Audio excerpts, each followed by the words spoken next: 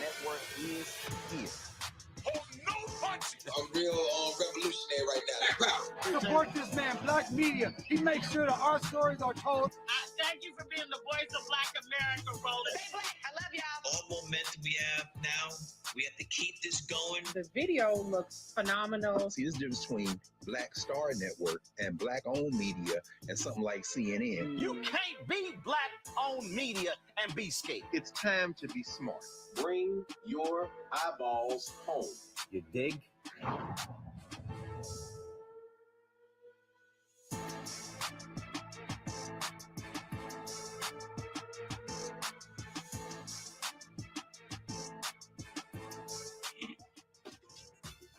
What up, folks? Roland Martin here. Today is Friday, March 25th, 2022. Yes, I am driving massive traffic here in D.C., so we don't let one monkey stop the show. Coming up today on Roland Martin Unfiltered on the Black Star Network.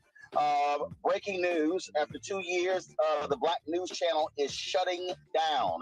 I will tell you what happened, what went down that led to this decision today, and will the billionaire owner of the network, Shahid Khan, will he pay his employees for their work for the last 2 weeks? I'll give you all the latest news on that.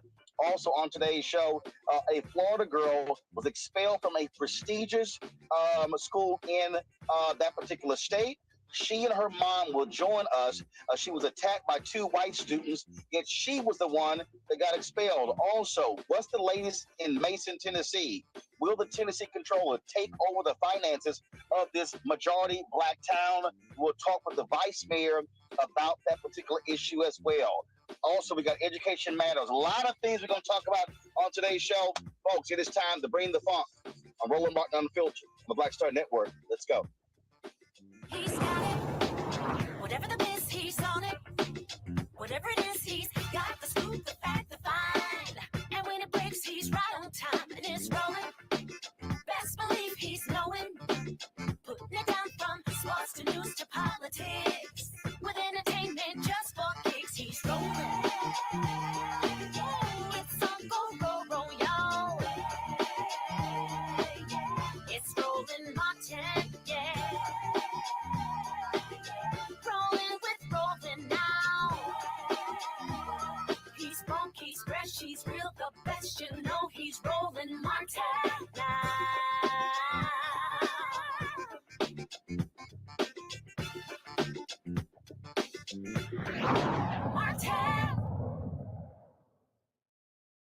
Folks, she is an honor student, an excellent student, a stellar basketball player. So why is Aaliyah Perry expelled from the Montverde Academy in Florida, folks? This is an exclusive story. She got into a confrontation with 2 white students. The white students came at her first.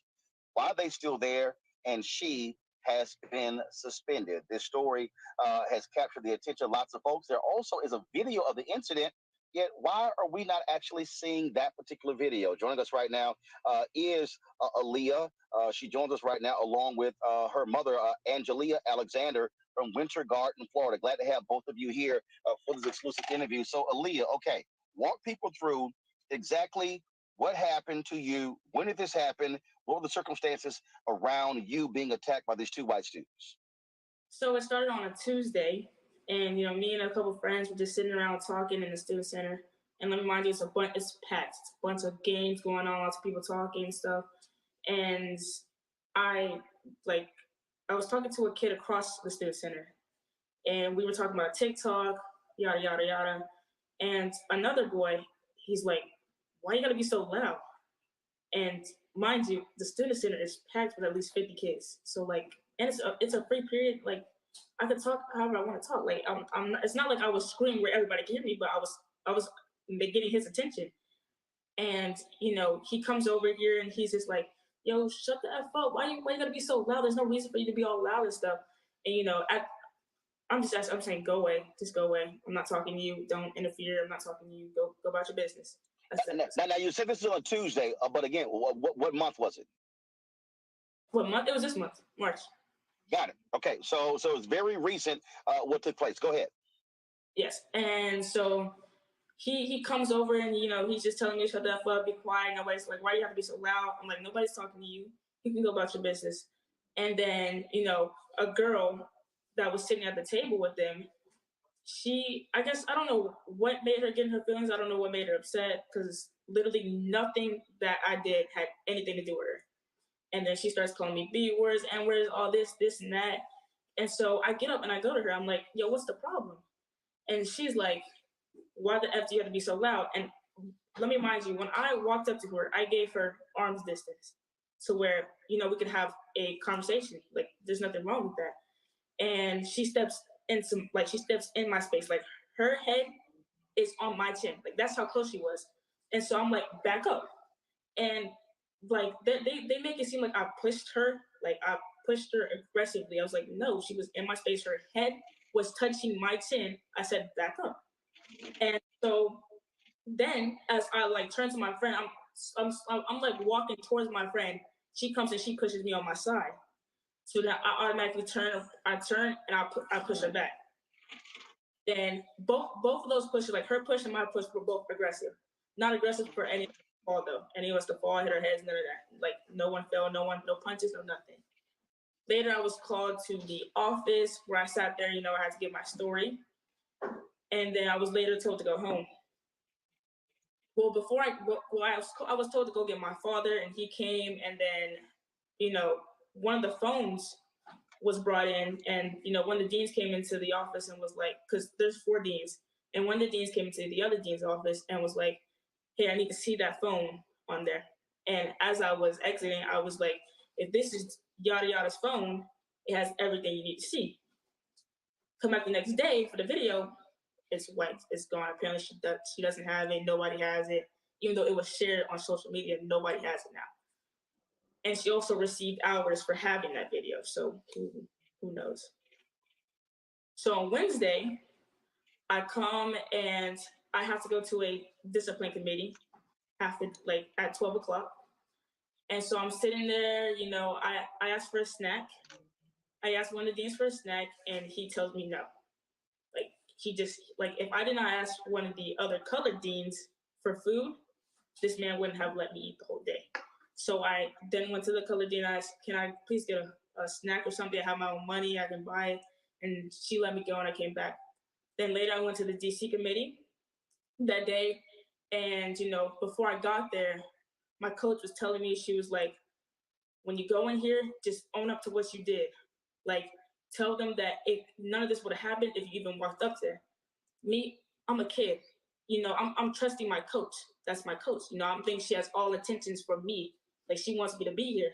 So I go in there, I'm sitting down, and I'm telling them it's my fault that, you know, I could have resolved the issue by not going over there. You know, I could have just walked away after she even pushed me. I could have walked away. In the meeting, the lady said, are you sure that girl pushed you? And I'm like, I'm positive the girl pushed me, because why would I push her if she didn't put her hands on me? And then we left. She said, okay, we'll watch the video. I said, okay. Then we left, and my coach was like, I don't like the way she said that. It made it seem like we were lying. And I was like, coach, I'm not lying. Like, I have nothing to lie about. She pushed me, so I pushed her back. And then coach was like, I believe you, you know, I'm thinking my coach is on my side. So sometimes she's gonna fight for me, have my back. Next day goes on, you know, again, I finished the rest of that day off. Then I was told by one of the other deans that I was gonna have hours, suspension and hours, because I was already serving in school suspension. So he said that I would definitely have some hours I would have to work off, and then I would be probably suspended for another 2 more days, you know, 2 more days. That's what I told my consequence was. Expulsion was never on. So then I come the next day, and I had bought me a sandwich from the student center that morning. I went to the office. I was like, hey, to the same dean that didn't let me eat yesterday, I had a snack yesterday. I said, hey, where do you want me to sit today? And he's like, what did I tell you about having food in an academic building? And I was like, sir, I haven't ate it. You just said, give you, snatched it out of my hand, just threw it in the trash can, threw my food in the trash can. So I hadn't ate that entire morning. Then later I was called into the head of the school's office, and I was in there for about like 2-3 hours, and they were asking me questions. And well, like, he started off with the video, then he started asking me a bunch of questions. And then one of the, she's like a counselor sort of, and she was like, well, you know, Leah's going through a lot, and I talked to her about maybe getting counseling or whatever. And I was like, he was like, well, why does she need counseling? And then I explained to him that my grandma had recently passed. And then he asked me, what schools have you went to? I told him I went to Orangewood and Foundation Academy. He said, those are very faith-based. I said, yes, sir. Then he tells me, well, you know, in life, when you grow up, you're realizing reality. No one gives a S. Like, and I mind you, like, I have no parent, no coach in there, nobody else in there. It's just 5 adults asking me questions for 3 hours straight.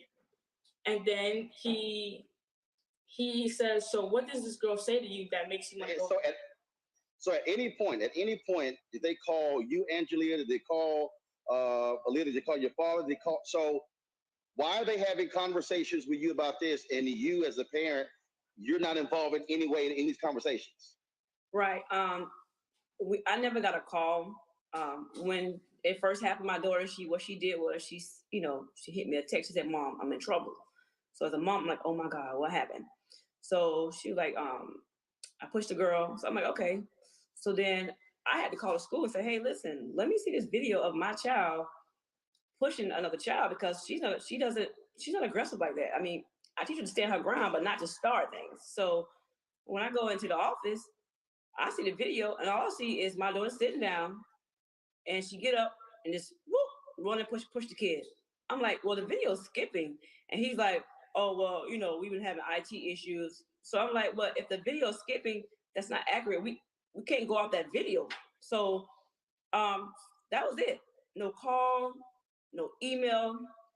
The only email I got was a Friday of spring break, 3:30 p.m. saying, we have expelled your child. And it's not up for appeal. My daughter, she's a National Honor Society student, all right? She's never been in an aggressive issue. Yeah, she's had cell phone, you know, not wearing uniform. That's just normal stuff kids get into. But when you tell me that my daughter tried to hurt somebody and you put it in an email and then you expel her and then you think I'm supposed to go withdraw her out your school to transfer these records to another school, that's going to follow her. So, no, we're not doing that. So, yeah, no one told me anything. And so that's why we hear that. We hear because my baby needs justice. This is not right. When you got teachers that are calling me, telling me things, can vouch, it's not right. It's time people stand up for this school. And can I say something real quickly? Yeah, go ahead. So, you know, the main thing that I wanted at first was, you know, to be allowed to finish this year in person and go to Geico, like, because I play basketball. I'm one of the point guards on the team. So what is your classification at the school? You are a sophomore. I'm a sophomore. You're a sophomore. Okay, so this is your second year at the academy. Right. Okay, gotcha. And we're describing this is an exclusive academy. How many Black students are there?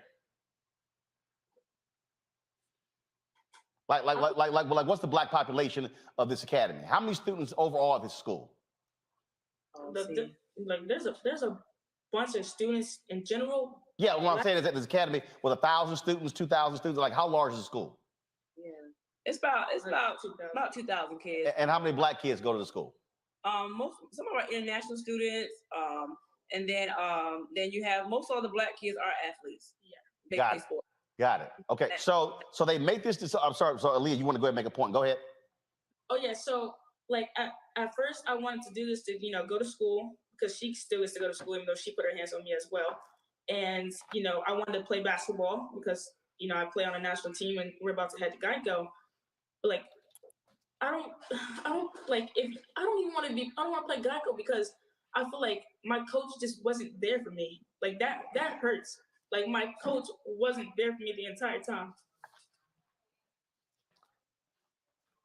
That's crazy. So what I'm trying to understand is how do they arrive at the point of expelling her and there's no conversation with the parents? So does the school have a process when they decide to expel students? Is there some kind of system they have? Is there an appeals process? Or is it simply they make a decision, that's it, you're out? To be honest, I was told that, of course, the parents are supposed to be involved, especially I've been involved when she got a cell phone issue. They told me about that. Hey, your daughter got in trouble for having a cell phone out. You notify me about that. But you don't notify me about my child getting expelled until she gets expelled. Even with the coach, you notify me when you have an issue with her, maybe her and her teammates going back and forth, but you never reach out to me about, this is big. My child has just gotten expelled. And you call me and tell me you didn't know about the process. She told me, oh, I didn't know about the process. What? How you not know that one of your point guards is about to get expelled? But last year, there was a student, okay, that got in trouble for bringing a boy into the girls' dorm, all right, because we've been honest, all right? And this student was allowed to finish school online and to return this year to play on the girls' basketball team. But yet, you didn't fight for my child like that. You didn't do that. Why? Because she's not, what is it? We want to know what was the difference. The tuition at this school is, $50,000 a year? For boarders. She's a day student, so we pay 19 a year. This is the statement that they provided to us. Go ahead and pull it up, Yes. folks. It is the practice of the Academy not to discuss student discipline matters, which they treat confidentially. They are noting the business of releasing disparaging information about minors. The Academy realizes that she is an adolescent girl who is still maturing, learning from her mistakes and impulsive behavior. Therefore, I cannot provide you with greater detail. However, the Academy holds students to a high standard, particularly student athletes. As a private school, the rules are strict and the standard is set high. The Academy does not tolerate behavior at school that is intimidating, threatening, or abusive. The safety and security of the student community is always a high priority. I can advise you that state several facts which are simply not true. The other student's father is not and has never been employed by the school. No students were told to delete videos. In fact, we were in possession of several student videos. In addition to videos, the school administration also spoke to numerous witnesses who saw the unprovoked attack, which was not defensive in nature. Finally, I would add that a student's entire disciplinary history is always taken into consideration when disciplinary consequences are determined. To say that she had no prior disciplinary history would also be false. The student's family is pushing a false narrative in an attempt to portray the student in a more sympathetic light. We understand that her parents are disappointed with the disciplinary decision, but the Academy stands firm in its resolve to hold students accountable and make sure all students feel safe on campus. That is Lori W. Smith, the attorney for Montverde Academy. Your response to that, and also have you and Jalea, have y'all hired an attorney in this case? We did. We hired an attorney, and if that's so true, why are you telling me to get off social media and they will negotiate? We're not negotiating the fact that what happened. If my child has to walk away with expulsion, by telling the truth, she just will. But we're not going to go along with the lies to make you guys look good. It's not going to happen. So I asked my daughter, I said, Leah, what do you want to do? Do you want to just negotiate with them, act like all this stuff is not true? Or do you want to keep telling the truth and pray that the truth will be the light? My child said, Mom, let's the truth, because this is going to help the next child, the next child, the next child not go through what she went through. So Geico's out the window. We don't care. We care about the truth in this situation. What is your next step? Our next step is we're going to keep protesting until we get this video, the full truth of what happened. You're only showing one side and you're telling students not to talk. I mean, like, all this is happening. And the sad thing about it is I have parents calling me. I have teachers calling me, all right, who's telling me your daughter is 100% right. She's not telling the story, but I know she's telling the truth because my child, I teach her to tell the truth, no matter what the consequences are. So we're going to keep fighting. And to be honest, they don't deserve my child to finish school there. You know, for what? You treat her like she was nothing, garbage. Like you just threw her away. She used to get up every morning and go to work at that school. Then she went to class. Then she went to practice. She didn't get home till late nights. And this how you do her. But yet you did have a fight 2 weeks ago in front of the school. Fist fighting. A fist fight. You had. I got a teacher that's willing to. And you had a fist fight. I have a message sent by a child, like a kid who was literally witnessing it. And you didn't expel those kids. Right. But we are supposed to be quiet. Y'all just be quiet, you know, shut up, get me off social media, get us off social media, and we'll negotiate. That's not how it goes. Because my child still got to live with this. It's not right. No. So all the threatening about, they're gonna do this and gonna press charges. Your child was 18 years old. My child is a sophomore. She's 16. She's a minor. And something else I want to just add on to this is in that email he said I've had behavior issues. I've gotten in trouble for my cell phone and a polo. Please tell me what behavior issues that is. Like what? My polo and a cell phone? You have to be kidding me. And you know what? I'm gonna read this message just because I feel like it's important. It plays a big role in this. So this girl, she doesn't know me. She's in one of my classes. We never speak to each other. we did a protest earlier this morning, and this is the message she sent me. She says, "Hey, I just want to let you know that I support you. What you did today was very impactful. Don't be scared to stand up for yourself. I have been going to the school for a while, and no one has ever done what you did. Everyone is too scared to speak up, and you are very brave. Don't listen to what anyone says. There has been many fights at this school, and no one has ever gotten kicked out. So you're 100% correct with this. Everything that was on those posters are correct." It's true. It's there. And they can say, "Oh, well, you making the academy look bad." No, the racism there. Discrimination is there. They done hit it for so long. The kids they're quiet. Those kids come to my house every weekend. We talk personally. So it's there, but they're afraid to speak out. But my child gonna speak out because once again, it's gonna save the next child and the next child from going through what she went through. So no, we won't bend. All right. Aaliyah, Angelia, I appreciate both of you joining us to share your story. Certainly keep us abreast what happens next in this case. Thank you. I appreciate it. Thanks a lot. Folks, let's now turn to a story we told you about a week ago. That is the attempt by the Tennessee controller to take over Mason, Tennessee. The controller of the state complained about the finances, the controls there in Mason, Tennessee, and he demanded that city officials give up their charter. They chose not to do so. The question is he still going to take over their finances? Again, this is an issue a lot of people have been talking about. Mason, Tennessee is a majority Black town. And then this is obviously of great concern to many folks, not only because Ford announced they're building a massive facility that's going to bring thousands and thousands of jobs and millions of dollars to the state and to the region. And they're not far at all from Mason. And so let's talk about this here with the vice mayor. We had her on the show last week. She returns to chat with us, and certainly glad to have you back on the show, Vice Mayor. So where do we stand now? Has the control, so the city, as you were on last week, the city made clear that they were not going to give up their charter and allow the county to control the city. What's happening now? Does he have control of your city's finances? As of right now, it's know that it only supposed to go in effect on the 28th, which will be Monday. They supposed to come in and take over our finances.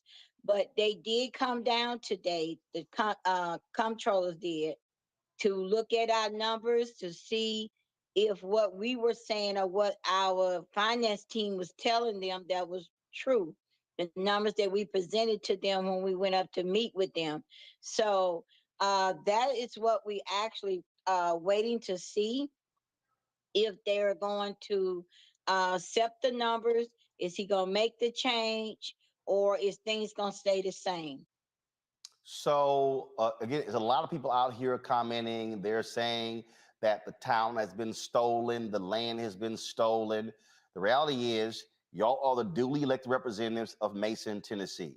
You and the other city council members are still in charge of the city.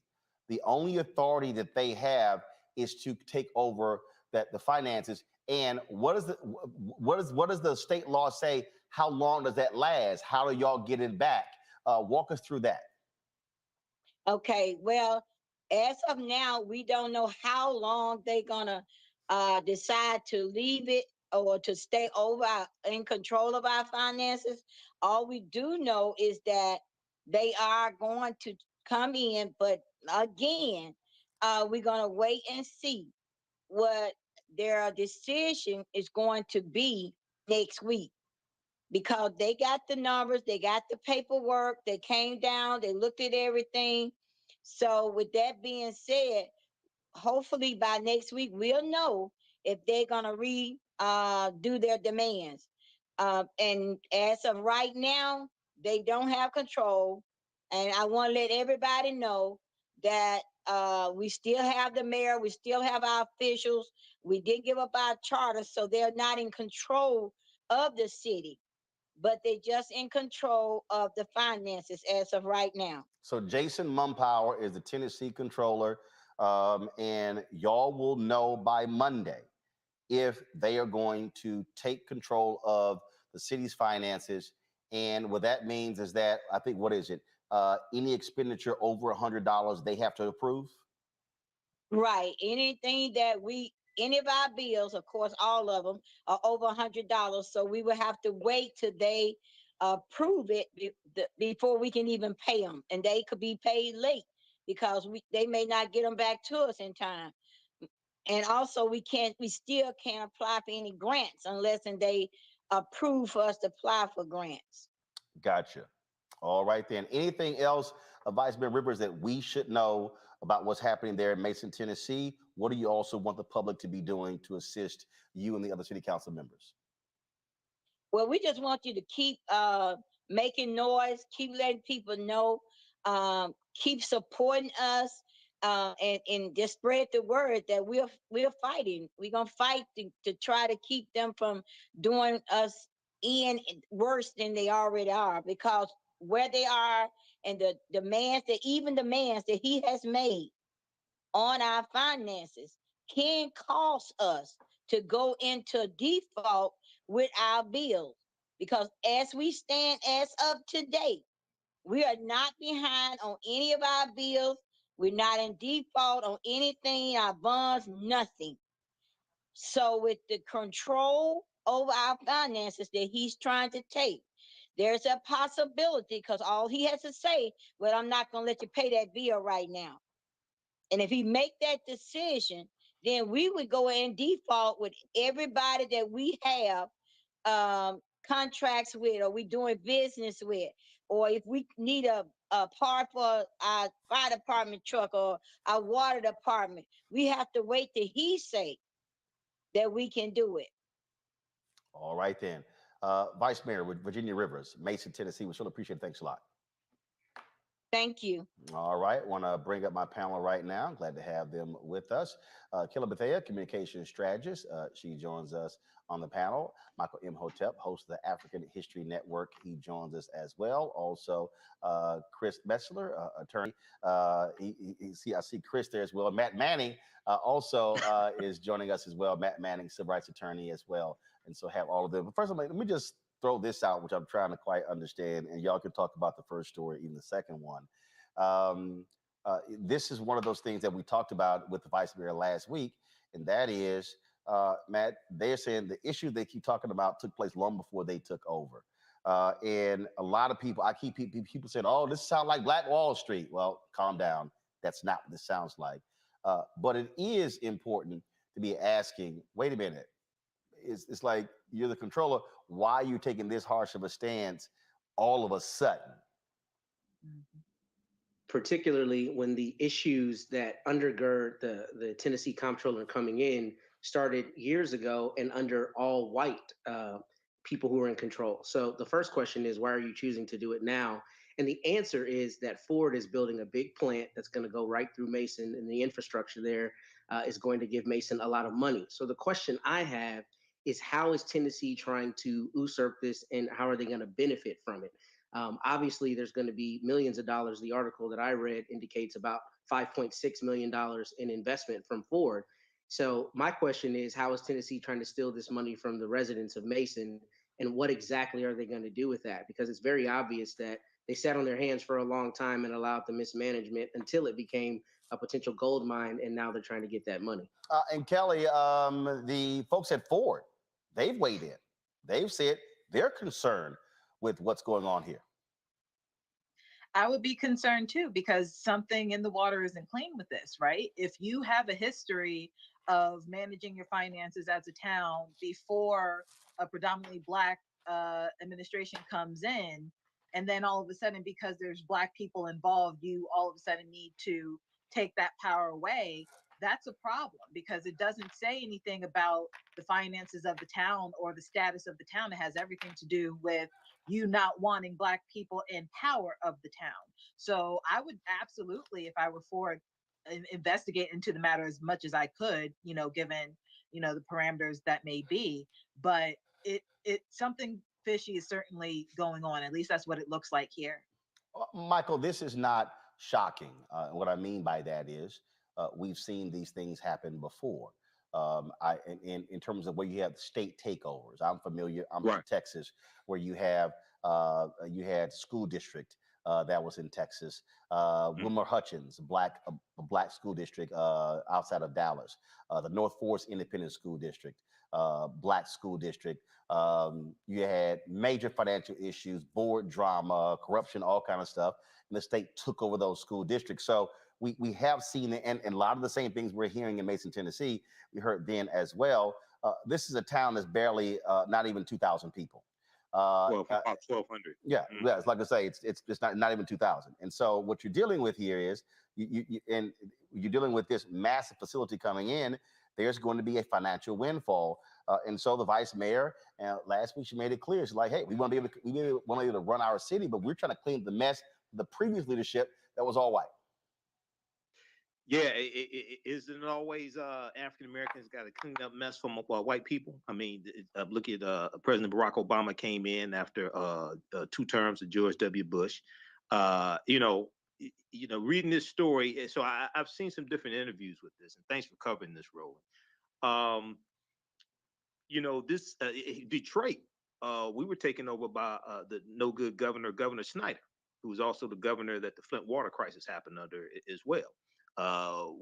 We were taken over by the state, and then also we know that Detroit Public Schools was also taken over by the state under Governor Granholm, Democratic governor, who's now Secretary of Energy. So, in looking at this, it does seem very strange that all of a sudden now you have this Ford electric truck and battery manufacturing facility that will soon bring an estimated 30,000 jobs to this rural area in West Tennessee. And now you're talking about taking over the finances of the city, but they've been having problems for 20 years. Okay.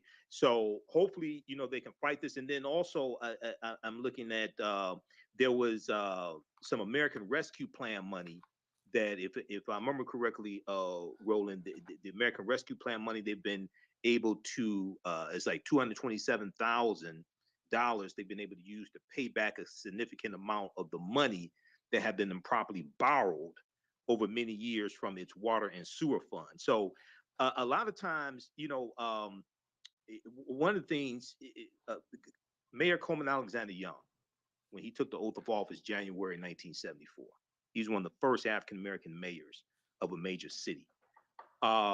He got blamed for a lot of things that happened under white mayors. And around the country, when you go look at the first African-American mayors of major cities, when we took over those major cities, they were already on life support from what white people did, okay? But even though African-American mayors did make mistakes, they got blamed for a lot of this stuff. Detroit already had a declining population even before the 1967 Detroit Rebellion.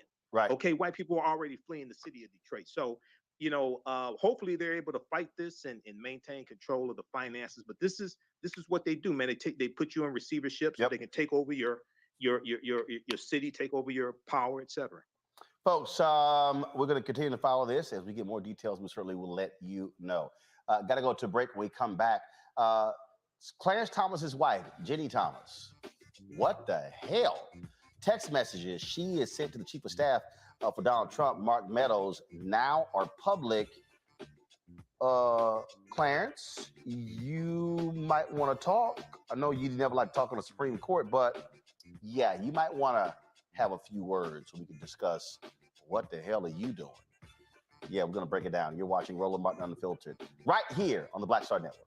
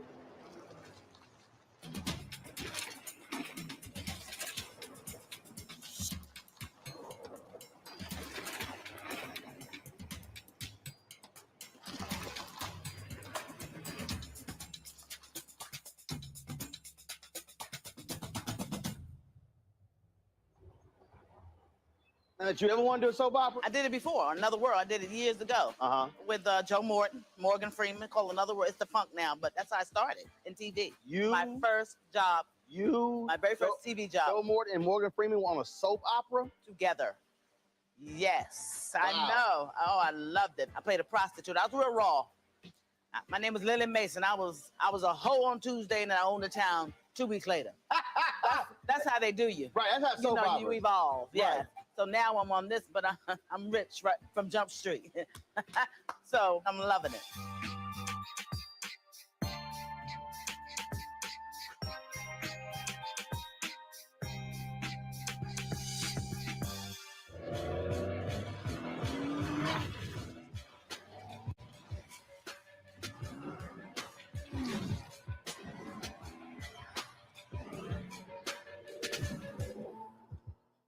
Hi, this is Essence Atkins. Hey, I'm Dion.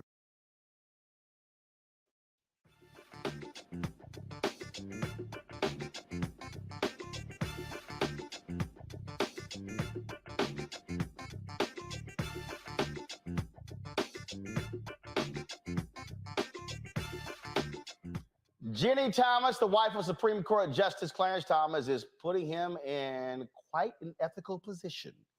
Folks, folks, the Women's March, they want Thomas impeached for text messages showing his wife Jenny, who was pushing for then White House Chief of Staff Mark Meadows to overturn the results of the 2020 presidential election. The January 6th committee has text messages between Thomas and Meadows. Here are a few of them. Help this great president stand firm. Mark, you're the leader with him who is standing for America's constitutional governance at the precipice. The majority knows Biden and the left is attempting the greatest heist of our history. That was sent on November 10th, 2020. Next one, please. Sounds like Sydney and her team are getting inundated with evidence of fraud. Make a plan, release the Kraken, and save us from the left taking America down. November 19th, 2020. Next. All right. I can't see Americans swallowing the obvious fraud. Just going with one more thing with no freaking consequences. The whole coup and now this. We just came to people wanting Biden to be anointed. Many of us can't continue the GOP charade. November 24th, 2020. We're living through what feels like the end of America. Most of us are disgusted with the vice president and are in a listening mode to see where to fight with our teams. Those who attack the Capitol are not representative of our great teams of patriots for DJT. Amazing times, the end of liberty. That was January 21st, 2021. Now, folks, here's the issue. Remember when Donald Trump sued and the case went to the Supreme Court? And they ruled 8-1 that Donald Trump did not have the authority to withhold his notes because he did not have the executive privilege. Only the sitting president can actually invoke that. Who was the one person who voted against? It was Clarence Thomas. Joining us right now, Dr. Christopher Mettler, a constitutional law professor from New York. Also, Dr. Patricia Broussard, professor of law, Florida A&M University College of Law, who joins us from Orlando, Florida. Glad to have both of you here. I want to start with you, Chris. Look, you're a conservative. You're a Republican. It's all good. But what do you make of the text messages and the level of involvement of Jenny Thomas, husband, Supreme Court Justice? And again, the case I just cited, 8-1, he was the one when it came to revealing that information. Well, what I make of it, let me start off by saying what I make of it is, remember one of the questions they asked Judge Brown Jackson, would she recuse herself from the Harvard affirmative action case? And she said yes. I want to know why Republicans have not been asking Clarence Thomas about his failure to recuse. Here, look, first of all, these are only some of the text messages. We know what we got from Mark Meadows, and then he stopped cooperating. Justice Department, of course, can get it on their own. But here's the thing. He had an obligation to a moral obligation, because obviously the court says it's up to them if they want to recuse or not. He had a moral obligation to recuse. Ginny Thomas and her role in conservative Republican nuts politics has been known for quite a while. It's just that in this case, there is the evidence that has come out. And he voted against it largely because, guess what? He didn't want Ginny's notes to be revealed. That's the only rationale for him being the only one voting against it. What this says is that the courts have to get serious about policing themselves. You know, it was John Roberts who said, well, let them police themselves. They're not even subject to the standards of other federal justices as it relates to recusal. And for the Republican Party, this is, again, yet another shame. Patricia, on that particular point that Chris makes, you have standards in place for members of Congress, for the executive branch. But this notion that the Supreme Court do whatever the hell they want to do, that's crazy.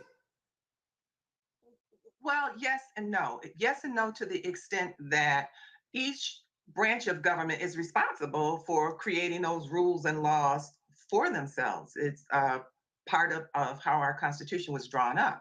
It's just that the Supreme Court hasn't quite gotten around to it yet. They haven't gotten around to writing the rules to properly patrol themselves. But notwithstanding the fact that there aren't rules, they aren't subject to the same rules as the other federal courts, there's some common sense that comes into play here, right?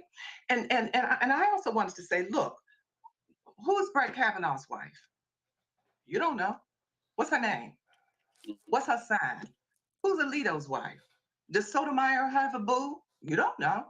Because you're not supposed to know. These people are supposed to float in the background. Is it possibly paternalistic? Yes, but there's a purpose behind it. If you cannot depend on the credibility and the ethics of the court, then 1/3 of your republic is in the tubes. And so we shouldn't even know anything about Ginny Thomas. But as Chris said, we know too much about her. She's a nut job from way back when. All you need to know, 2 things you need to know about her to understand who and what she is. She supported Ted Cruz for president until Trump got it. That's the first thing you have to know about her. The second thing is she left a message on Anita Hill's phone. So that tells you everything. She left that woman a message saying, you need to apologize to my husband. So this is the level of crazy that we're dealing with. Notwithstanding that, there is an obligation, a moral obligation, and just integrity on the part of Clarence Thomas to say, I recuse myself from this case. He recused himself when there was a case, I think, against one of the schools in Virginia because his son was attending the school at the time, even though his son did not have anything to do with the case. He recognized that he was intimately involved with that subject matter, and he recused himself. So he knows the rules. He knows how the game works. He knows that for optics, if for nothing else, you recuse yourself. But he refused to do so because they had the goods. Mark Meadow got shaky and decided that he wouldn't cooperate, but not before he turned in some information. Now, my position is, if we know of 29 emails from the little bit of information he turned in, they're probably 129 at a minimum emails that were exchanged. So he knows the rules of the game. Chris, on that particular point, just a couple of weeks ago, it was Justice Clarence Thomas talking about how we need to keep politics out of the Supreme Court. You're sleeping with politics. Yeah, and as it relates to Ginny, from the very beginning, she is a daughter of the Republican Party in Virginia. And frankly, without Ginny, Clarence wouldn't be on the court. Let's be clear about the kind of power she wields in Republican politics. And so, yes, we know too much about her. We know what she does. This just brought it to life with actual text messages. But, you know, he does know better. But as it relates to Ginny, apparently he chooses to ignore it. Bottom line, Patricia, go ahead. Go ahead. So I was going to say, not only that, let's parse this thing from a constitutional law standpoint. Yes. Does she have the right to believe that Biden didn't win? Of course she does. Does she have the right to tell her girlfriends and everybody else and anybody who will listen that she didn't think that Biden won? Of course she does. She has the right to spread whatever nonsense she wants. She doesn't have a right to conspire to overthrow the government. And that's especially when you're married to one of 9 Supreme Court justices who will be ruling on cases tied to the very thing. Absolutely. So he knows. I mean, it would make me sick too. I think I'd have to take a few days off if my spouse got kind of caught in a little trap like this. I'm not saying the man wasn't sick. Please don't quote me on that. I'm just saying that it's, I would be sick if my spouse got caught doing what she did. So it's absolutely ridiculous. Like I said, she can believe what she wants to believe, but the idea of conspiring with Mark Meadow, and that's the tip of the iceberg. We don't know what else is out there. Yep. It's daunting. And the hypocrisy is incredible. Can you imagine Kamala Harris's husband making a call to Biden saying, hey man, let's do X, Y, and Z? Absolutely not. We are held to a different standard than other folks. And it's just, the hypocrisy is just daunting. I mean, you could slice it with a knife. But he is the hope, they say, the ultimate holder of all that is constitutional. He is, the message goes, one who strictly adheres to the Constitution, except when it comes to trying to overthrow the government by your wife. So there you have it. Well, and he gave a speech. He gave a speech, I think about 2 or 3 weeks ago, in which he said, we need to keep politics out of the judiciary. Yeah, right. You need to start at home and having a little conversation with your wife, and maybe, she can work that out for you. That's like I said, the hypocrisy is ridiculous. Patricia, Chris, I appreciate you both. Thank you so very much for joining us right here, Roland Martin Unfiltered. Thank you so much for having us. Appreciate it. All right, we'll do it again. All right, folks, got to go to a break. When we come back, we're going to talk about the demise of the Black News Channel. Today, the decision was made to shut the network down. I'm going to unpack and deconstruct what happened and why we got to this particular point. You're watching Roland Martin Unfiltered on the Black Star Network. Back in a moment.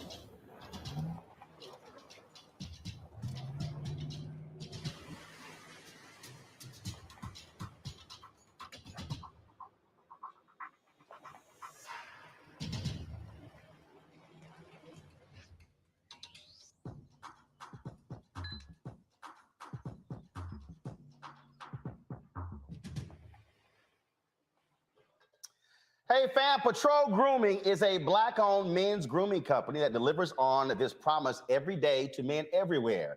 Everything we do, every product we make is designed to help you to present your best self. It's a promise they've kept since 1991 when they first introduced the Bump Patrol brand, the #1 men's product for a smooth, bump-free shave and silky skin. Millions of customers count on their exceptional skincare products, which can be found at more than 30,000 retail stores in more than 50 countries around the world. Now you can have exceptional beard and skincare products that are as unique as you. Fellas, as we prepare to head back out into the world as COVID restrictions are being lifted, it's time to get our groove back. You can visit patrolgrooming.com to order a Patrol grooming box and do this. Use the discount code hashtag Roland30. That's hashtag ROLAND30 for a 30% discount at the checkout. We appreciate Patrol Grooming being a partner with us here at Roland Martin Unfiltered and the Black Star Network. On the next A Balanced Life, as we grind down to the end of another long winter, it's easy to slip out of balance and into the foggy doldrums. On the next A Balanced Life, ways to push through the gray days until the warm days of spring arrive. Join me, Dr. Jackie, on A Balanced Life on Black Star Network.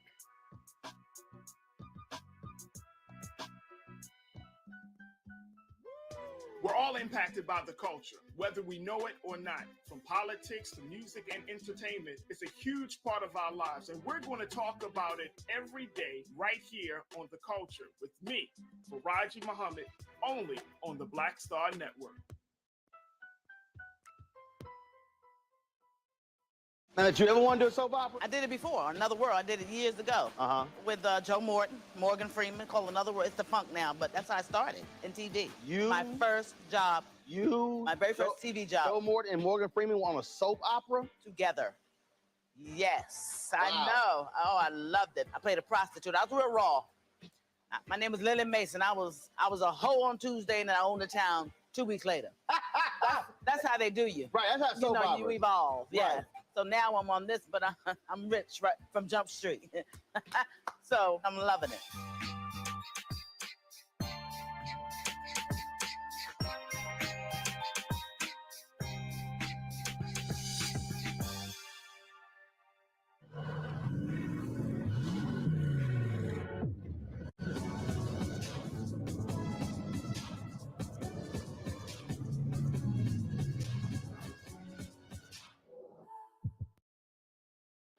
This is Judge Mathis. What's going on, everybody? It's your boy Mac Wiles, and you are watching Roland Martin Unfiltered.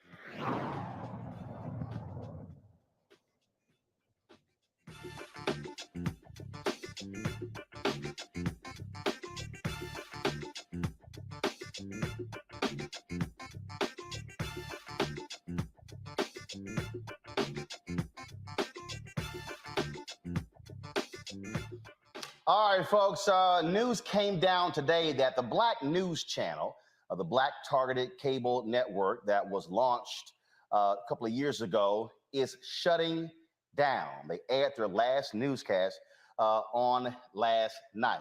Now, knew this thing was coming because this email was sent out yesterday to all the staff with regards to pay. So pull up the email showing the pay, please. Thank you. Pull it up. Thank you. Pull it up. That email went out. BNC staff, the March 25th payroll deposit will be delayed. We sincerely apologize for any inconvenience this may cause. We are actively working to resolve this matter quickly and will advise you with an update as soon as possible. Thank you for your understanding. I got the email yesterday. A number of people were calling, people were texting, they were sending all kinds of different comments. And I said to different people, I said, I want to help y'all out. This sounds to me like you're about to get shut down. This morning, woke up, folks had not had their deposits placed, then began to make phone calls. And then I reached out to the CEO of the network, let him know that I was going to be posting something, posting that note on social media. He told me, quote, I'm working hard to get people paid for the work that they've done as Prince Hare, the CEO of Black News Channel. That was around 11 a.m. It was a couple of hours later that, again, the Los Angeles Times broke the story saying they were shutting down. Then around 3 p.m. or so, Prince O'Hare sent this letter to the entire staff announcing the shutdown of the network. So this is what he wrote. A little more than 2 years ago, the lights on BNC's cameras flipped on for the first time. Despite the challenges of a global pandemic, we launched a groundbreaking mission to inject positive change into a news landscape that, for far too long, had underserved and overlooked Black and brown people. During the past few months, we have endured very painful workforce reductions at all levels of the network as we work to achieve our financial goal of a break-even business.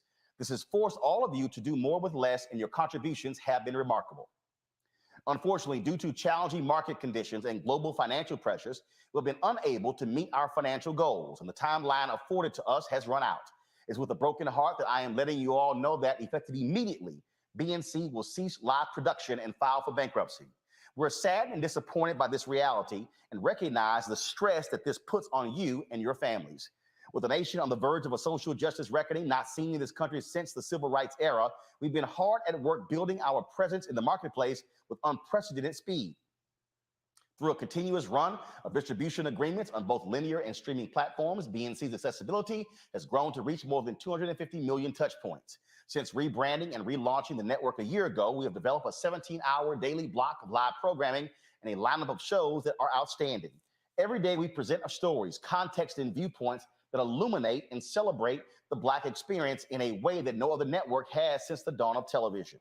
We have hired more than 250 Black journalists and Black production personnel, and all your hard work and dedication has lifted this network to incredible heights. There have been countless wins along the way, including gavel-to-gavel coverage of several trials that gripped our community, A-list guests throughout our day parts, and exclusive coverage of the Congressional Black Caucus's first ever response to the President's State of the Union address. Just this week, we set an all-time viewership record for the network doing wall-to-wall coverage of Judge Ketanji Brown Jackson's U.S. Supreme Court confirmation hearings. I understand that this surprising and unfortunate news will naturally generate a lot of questions surrounding next steps. Our leadership team and human resources will be in touch to address them over the coming days and weeks. Please know that I am thankful for all of your hard work and deep commitment to our mission. We have differentiated ourselves, and your achievements over the last 2 years should be an immense source of pride that you will carry throughout the rest of your careers. In the meantime, please take care of yourselves and each other, and remember that we built something great here. BNC, or something very close to it, will surely return at some point because the world needs it, and all of you have proven it can be done. Sincerely, Princell Hare. All right, folks. So let me unpack this so you can understand what went on here. BNC actually launched. They made the announcement in 2019. Former Congressman J.C. Watts, it was his vision to launch a Black news cable network. He had been trying to do this for more than a decade. And he and I communicated in March of 2018 because I asked him what was the state of it. And he said that investors were going through the process of vetting their financials.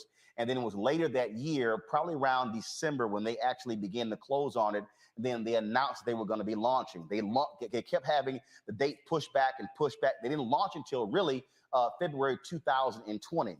But a major investor did come in, Shahid Khan, the Pakistani-American billionaire who is the owner of the NFL Jacksonville Jaguars. He came in and invested $50 million into Black News Channel, thus becoming the majority shareholder. So Black News Channel went from being a Black-owned cable network to a Black-targeted cable network by virtue of him being the majority owner. This is JC and Shahid Khan talking about the Black News Channel before they launched.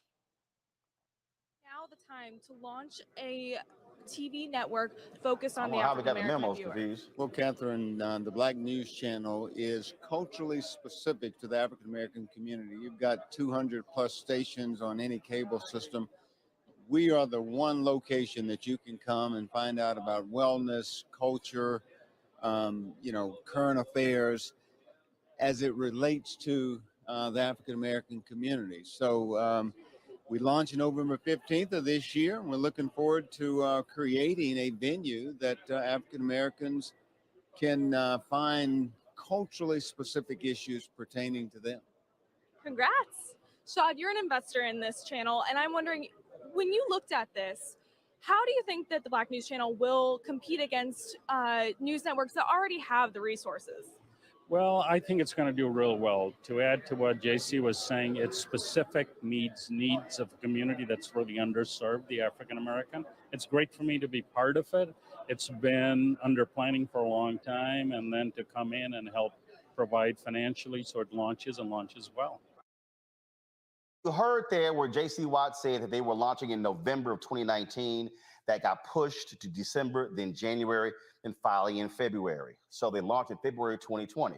Well, guess what? After they launched, the co-CEO, Bob Brilliante, he was actually let go. They announced he was moving on to pursue other opportunities, but he was let go from the network. He, of course, launched the Florida News Channel, and of course, and he always had his idea of actually doing a Black news network. Folks may not realize that when you had Major Broadcasting Cable Network, they had partnered with him to actually do something similar to BNC, and so they did it first. This is a photo. This is a photo. It's a story right here in the Tallahassee newspaper when he stepped down after a couple of months. You see, the story was dated April 13th, 2020. So here's what happened after that. You see that this was their original logo right here. Then they brought in Prince O'Hare, longtime television news executive. He eventually became the CEO, and he led a massive rebranding of the network. You see that logo that's right behind him? That was their new branding. They changed their whole slogan to Truth, and they went through all of these different changes, and then they went on this huge hiring spree, hiring a number of people. You heard in the letter he wrote, they referenced the 250 Black journalists and production folks that they hired. Here was the fundamental problem with Black News Channel, because people have been asking me this question: why did this fail? Why is it didn't succeed? What's going on? What's the whole deal here? The reality is this here. It was the absolute worst time to launch a cable network. Why? Because the world had been changing. The cord cutting came in. People began to get rid of cable. And then they began to go towards online. I told J.C. Watts directly, don't launch a linear network. Launch it as a digital network. I said, why? More cost effective. You can grow it faster and larger, and you're not going to be able to spend as much money. Now, why does that matter? A lot of people out there are saying, this ain't right. I mean, this man is a billionaire. He got the money. Y'all, folk who are billionaires ain't in the business of losing money. That ain't what they do. They see what's going on. If you don't see the profit potential, I'm cutting ties. My understanding, for the last 3 months, he's been struggling and not wanting to fund what's been going on. You read the letter where they had the layoffs in December. Those were not enough layoffs. They were burning too much cash. So the first mistake they made was launching a linear network. Now, I need you to understand the cable business. You know, the cable business, how it has always worked, you get paid for subscribers. So if you're in 51 million homes, you negotiate the deal where you get 2 cents, 3 cents, 5 cents, a dime, a quarter. You look at $1. The most expensive folks in terms of on cable networks have long been ESPN, Fox News, because the amount of money they get per cable subscriber. So if you have cable television right now, when you look at your bill, you look at how much money in your bill, a significant portion, the largest portion of your bill right now is going to Fox News and ESPN. That's why people start cutting cable. They said cable bills got too high, spending $100, $150, $200 for cable. They said that's enough. The problem for Black News Channel, they were not getting subscription fees. So they were a 100% ad-supported cable network. Well, folks, that subscription fee is a revenue line. That means that you're airing on the network hoping folks are watching. You need to have high numbers so you can actually get advertising. When you don't have high numbers in cable, you get what is called bottom of the barrel advertising, which is direct marketing. What's direct marketing? That's when you're sitting, seeing those commercials with a 1-800 number attached to it, and it's Joe Namath doing some kind of insurance pitch, or Jimmy J.J. Walker. That's direct marketing, folks. Those are the commercials that you're seeing. Those commercials, you get money, it's low amount of money. So those were the majority of the advertisers that were on the network. They were only averaging, a few months ago, 4,000 viewers in an hour. Now, the numbers begin to improve, begin to go up around 10,000 this week because of the confirmation hearings is their best ever numbers, their best ever numbers. And so, well, guess what? It got cut. Now, you're watching and you might be saying, wait a minute, this guy, Shahid Khan, he put in $50 million. My goodness, how in the world is it they somehow could not solve this thing and figure it out? Let me unpack that as well, folks. I need y'all to understand the economics. There's a whole bunch of people been tweeting me all day. I don't understand why this couldn't work. I don't know, why couldn't some black celebrities get together and buy it? Why couldn't Byron Allen buy it? Y'all, if a billionaire Shahid Khan cut ties, why in the hell would Byron Allen or somebody else do it? Now, I was told that Byron Allen did offer $30 million to buy the network. Khan did not accept that. He wanted $100 million. Why? He'd already put in $50 million. But even at $30 million, really didn't make any sense because Byron could simply take that money and put 10 or 15 million in his Griot channel and the Griot website, build up their news side, and you don't have to assume all the debt from the Black News Channel. Second thing is you were not big enough from a marketing standpoint. A lot of people said, I never heard of the Black News Channel. You didn't see billboards and commercial and digital ads. You didn't see a major social media presence. That costs money. So let me tell y'all what went on. Now, I did have some negotiations with them. When Bob Brilliante was co-CEO of the network, they approached me about hosting a show on the Black News Channel. We met here, did a conference call, we met here in DC. This is a true story, y'all. I've never told this publicly. People who know me personally, I've discussed this offline. They met with me and they wanted me to host a primetime show, 30 minutes, which first of all made no sense whatsoever. You don't host a 30-minute damn show, you do the whole hour. It's a 24-hour network.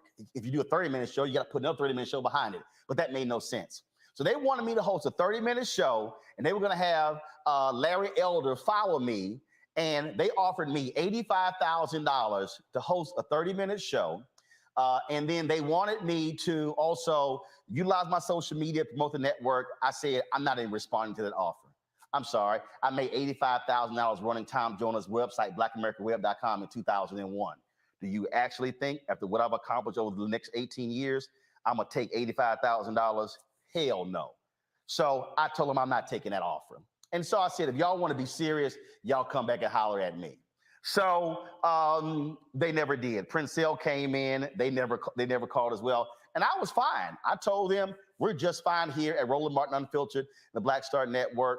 My employees have always gotten paid on time, never been late, not even 1 minute. And we've been in the black since the 14th month we've been in operation. So we're good.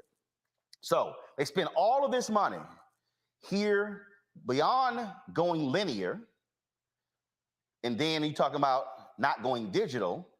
When Princell came in, I know Princell very well, years in the National Association of Black Journalists, but he made some fatal mistakes. The biggest mistake, he hired way too many people at high salaries, and that caused them to have way too much money going out of the door and not coming into the company. You simply have to be able to control your expenses when it comes to your revenue. Otherwise, you're going to be DOA. Now, let me show y'all something I need y'all to understand when we talk about the business of the business. Because, see, too many of y'all, I've seen y'all tweets and y'all comments. Y'all get enamored with the content. Let me explain something to y'all. The content don't mean nothing if ain't nobody watching. The content don't mean nothing if ain't nobody buying. Now, y'all need to understand, I was one of the first folks to work for TV One. In fact, what y'all may not realize is when Jonathan Rogers met with Alfred Liggins at the cable show in New Orleans to talk about launching TV One, Jonathan had drinks with me before he had drinks with Alfred. I walked him over to his meeting with Alfred. When Jonathan closed the deal to become the first CEO of TV One, I got the phone call. TV One's name hadn't even been decided yet. And Jonathan said, your voice is needed. I'm going to bring you on, but I need some time to do so. So let me explain to y'all something. This is how much Jonathan Rogers had to build TV One in the first 4 years. $130 million. I'm right here on my iPad. He had $130 million to spend to build TV One over the first 4 years. Okay? $130 million. Now, y'all heard what I said. How much was the investment of Khan? Now, you also had other investors. So probably the total investment for Black News Channel was likely this, $60 million. $60 million. Now, you go, wait a minute, hold up. 60 million? Which means if you got a 5-year plan, bro, this is real simple. The only thing you could spend per year is that, $10 million. That's not what happened. They hired all these people. They had crews all around the country. They brought in a number of high-paid hosts, high-paid executive producers. And I understand why Prince Hill wanted to do that, because you wanted to have a strong look and you wanted to compete. But let me explain something to you, folks. Competing means nothing if you don't exist.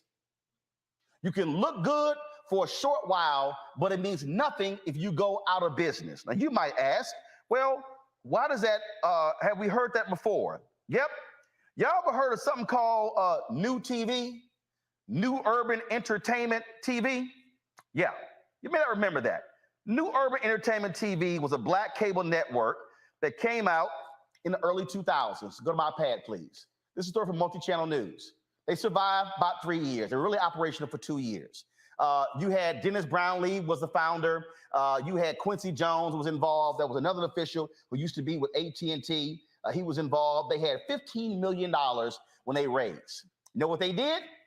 Launched a news show. They covered Tom Joyner's wedding to Donna Richardson Joyner. Had all this sort of content. Here was the problem. Go back to the article. Here was the problem. They were in only 2 million households. They were spending money. Wasn't nobody watching.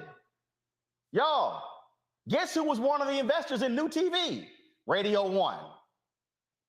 That's what led Alfred Liggins to say, hey, we should launch our own network. So what people need to understand is, if you do not get it, you're not getting subscription fees. You're DOA, which means you better control your cost to ensure that you're going to be able to survive. If you do not survive, then you are dead. They simply had too many people. They were doing live shots from different places that made no sense whatsoever. You have to maximize your expenses and maximize your revenue. They had too much money going out of the door, not enough money going in. You can look great, but no advertiser is going to give you money, no real advertiser, if you only have 4,000 people watching. The other thing is they didn't have deep pockets. Let me explain something to y'all. Let me pull this up so y'all can understand. Brian Roberts, who is the CEO of Comcast, said point blank on a conference call the other day that Peacock, y'all know Peacock, right? The network that NBC launched. Do y'all know, don't show it yet, but do y'all understand how much money Peacock lost last year? Go to my iPad. Last year, Peacock, the new streaming network of NBC, lost $1.7 billion in 2021. $1.7 billion. Y'all, in the same article, he said, come right here, go back. For 2022, Comcast expects Peacock losses to total about $2.5 billion as its investment in content doubles. Now, you're watching and you're like, whoa, hold up. Y'all lost $1.7 billion last year, and y'all gonna lose $2.5 billion this year? Y'all, they publicly traded. They market cap exceeds $100 billion. They say we can absorb the losses now because what we're actually trying to build towards. Black News Channel had one billionaire who put in 50 million. This is something you need to understand. You cannot keep up with the Joneses. They were trying to do CNN and MSNBC type news. You can't compete against people who are making, in the case of MSNBC, 700 million in profit. CNN is making $1 billion in profit. Fox News is making 1.5 billion in profit. Now, some of y'all are watching me right now, and y'all are sitting here saying, oh, Roland, I feel you, but, you in competition, you hating. No, let me further unpack this for y'all who are watching. My first paid job was at the Houston Defender, Black-owned newspaper. I wrote for the Dallas Weekly, the Dallas Examiner, Black-owned newspaper. I was the managing editor of the Dallas Weekly, Black-owned newspaper. I was managing editor of the Houston Defender, Black-owned newspaper. I was the editor of Tom Joyner's website, blackamericaweb.com, Black-owned website. I was a news editor of Savoy Magazine, run by Vanguard Media, Black-owned magazine. Then later became the executive editor and later general manager of the Chicago Defender, Black-owned newspaper. I produced the election special for a major broadcasting cable network, Black-owned. 13 years at TV One, Black-owned. 11 years, Tom Joyner Morning Show, Black-owned. I'm trying to explain to you the business of the business. This is something that I used to say, and as a matter of fact, I freaked out Alfred Liggins when he said this at TCA when we launched launched News One Now. We were the Television Press Critics Tour in California. And I said to all the press critics, they said, Roland, you're launching this morning show on TV One. How are you going to compete with Good Morning America and the other morning shows? And I said, I'm not.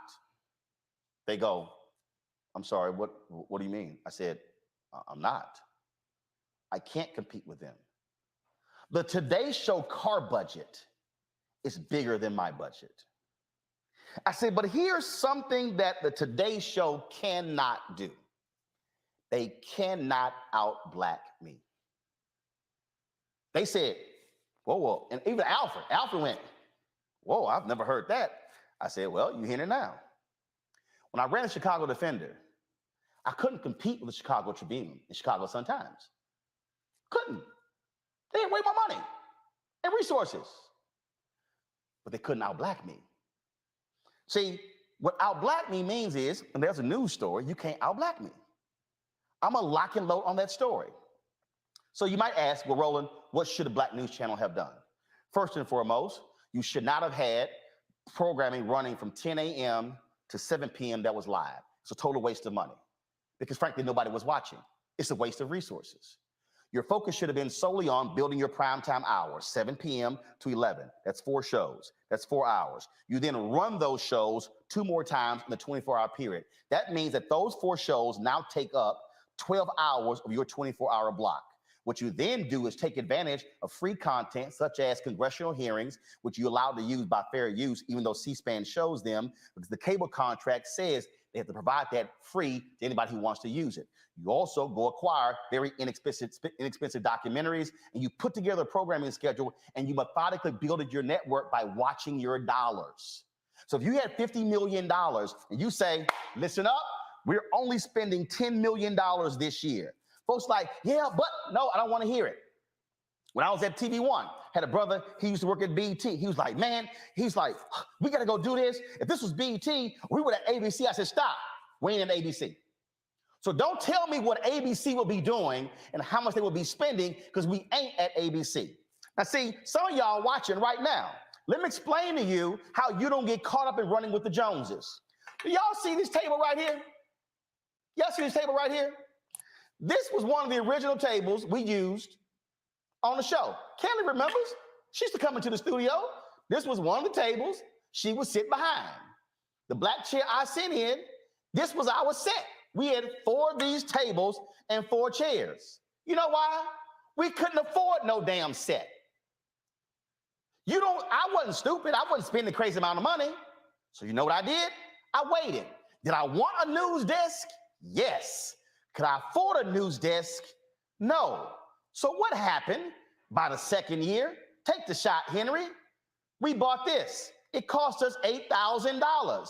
We couldn't afford it in the first year. Hello. Come back.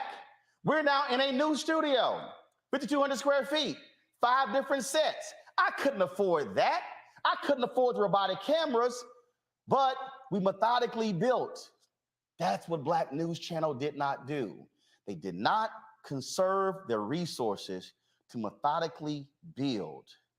They tried to grow too fast. Pull up the letter that Princell wrote.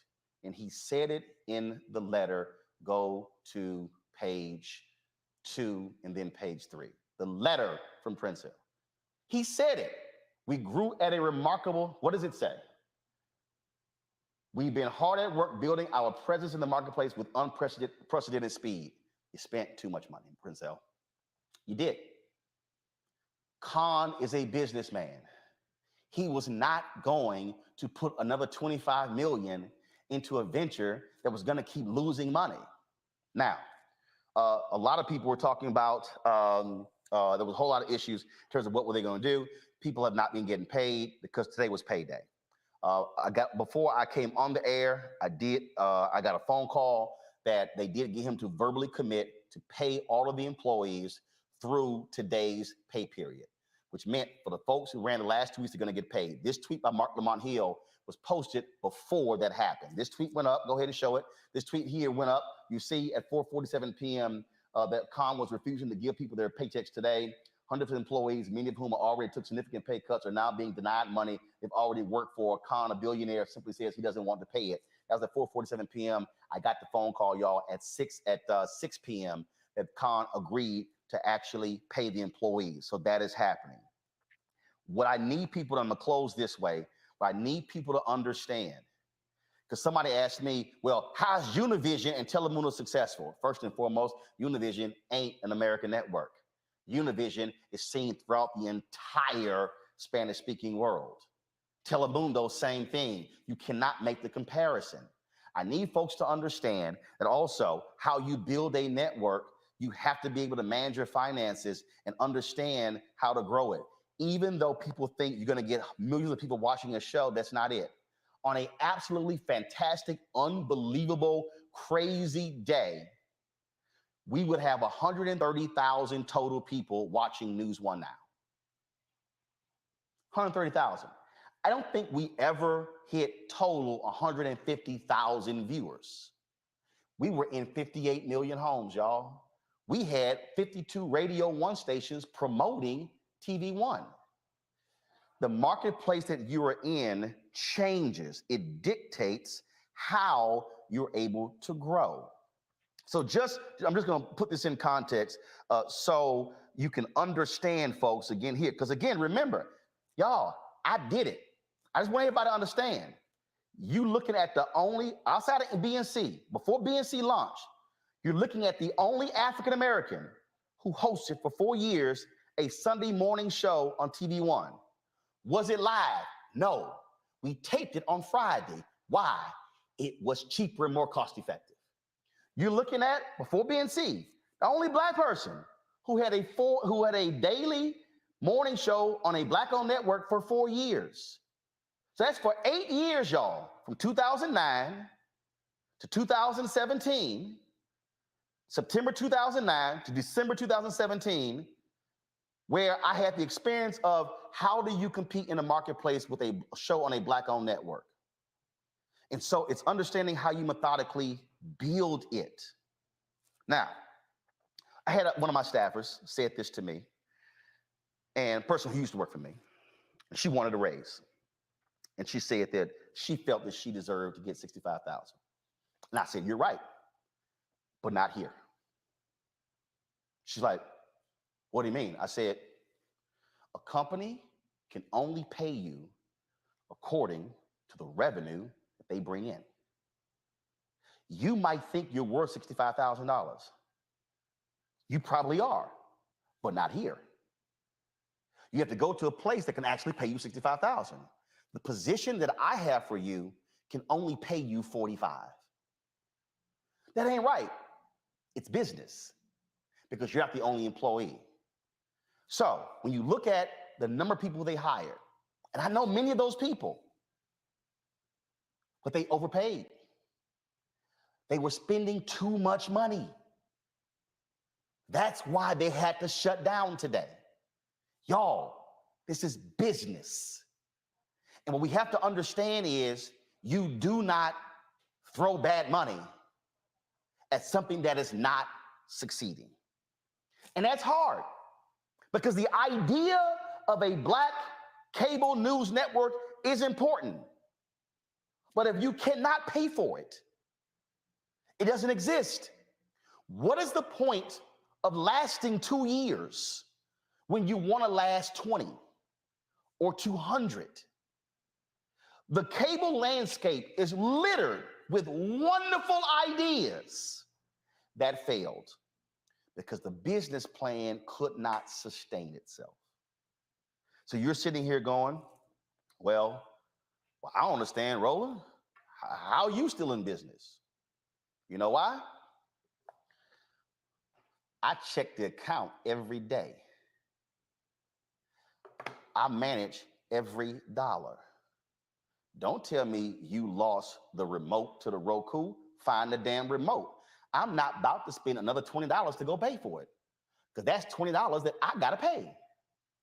Also, if somebody's sitting here going, oh man, we did $3 million in revenue and we made an $800,000 profit, you should give everybody bonuses. So what happens next year? We have an economic downturn and advertising goes down. How am I going to pay you? So right now, this is 2022. I'm already thinking about how I'm going to pay all of my employees and pay my rent in 2024. Folks, this was business.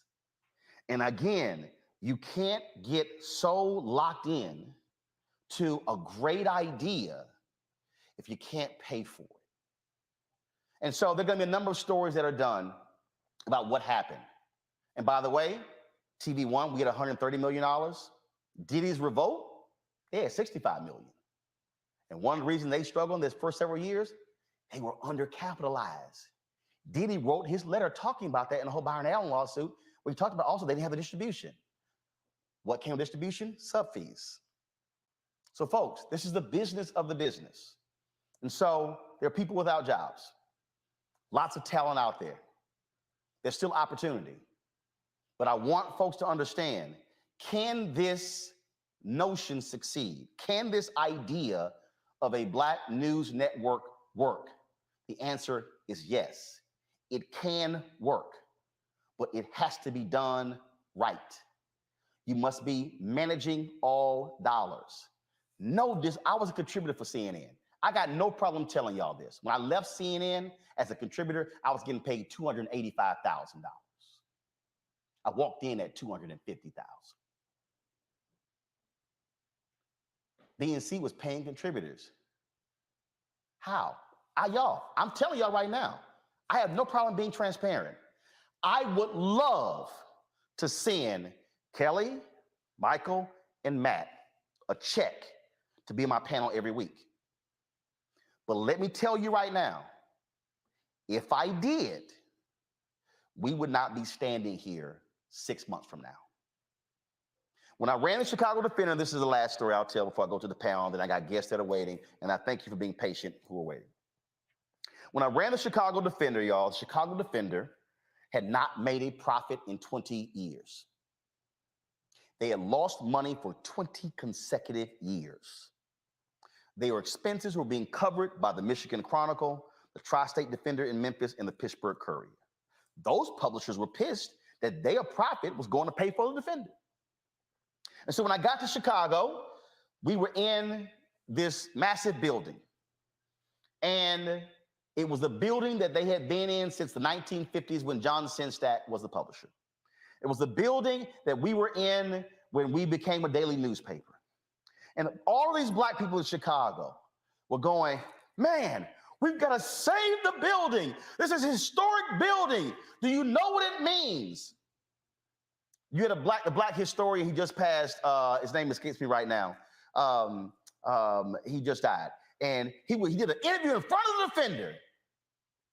He was tearing me to shreds because I was talking about moving the Chicago Defender out of that building somewhere else. I listened to him. And I said, if we had to refurbish the building, y'all, we were only using 10% of the building.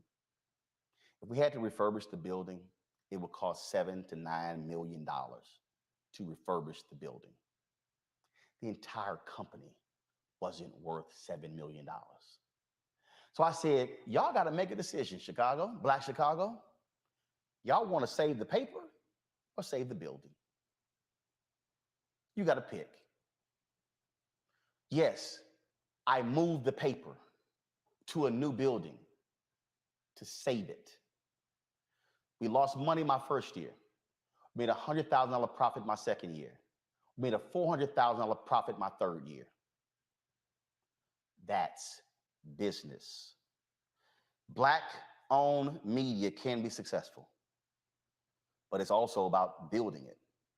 Like News Channel was Black targeted. But now y'all understand, I hope, why y'all hear me talking about Black-owned advertising.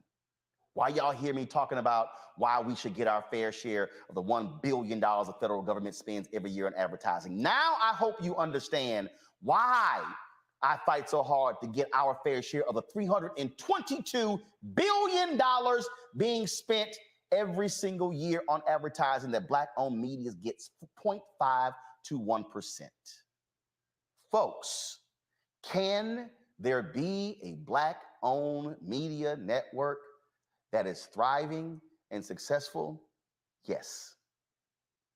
Are we trying to build it at the Black Star Network? Yes. But do understand, I will not try to act like I'm at the Palm restaurant when all I got is Golden Corral money. You know what I'm gonna do? I'm gonna take my behind to the Golden Corral and go enjoy that meal. And then one day I'm gonna tell my staff, I'm gonna take all y'all out to dinner at the Palm restaurant. What we not gonna do is go to the Palm restaurant today and then I'm telling y'all how great it was when we were together because ain't nobody having any jobs. This is business. And people are hurting and I totally get it. But the bottom line is there were some strategic mistakes made by the folks at Black News Channel that led to today's decision. Let's hope others don't make the same mistake. My next guest, hold on one second. I do want folks to go right ahead and weigh in. I'll start with you, Michael Imhotep.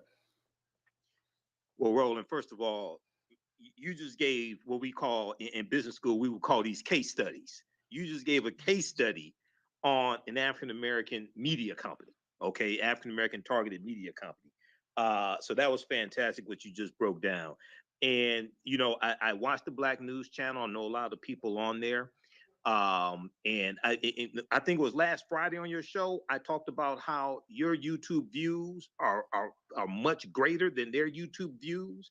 So that was something I was noticing, and there was a disconnect. And then I'm looking at the content. They had good content, but I'm looking at the low YouTube views for most of their videos. Most videos don't get more than probably 2,000 views. Most of their videos. Then also, I remember it was some months ago, it talked about how out of 124 cable stations, they were like second from last, something like that. Yeah, so, second from last. They were tied with one of Byron Allen's cable networks. I think one of his cable networks. They were averaging 4,000 viewers in prime time. Yep. You know, so I have respect for J.C. Watts for what he was attempting to do. You know, I may disagree with him here and there. I have respect for what he was trying to do.